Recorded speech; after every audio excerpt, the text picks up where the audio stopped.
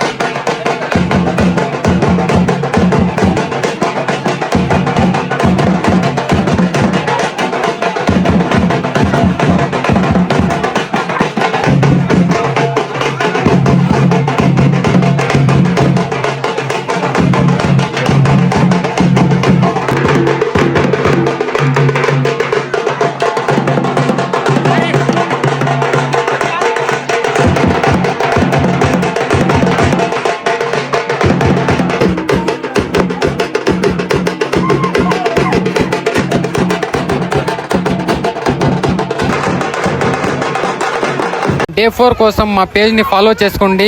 మళ్ళా కలుద్దాం.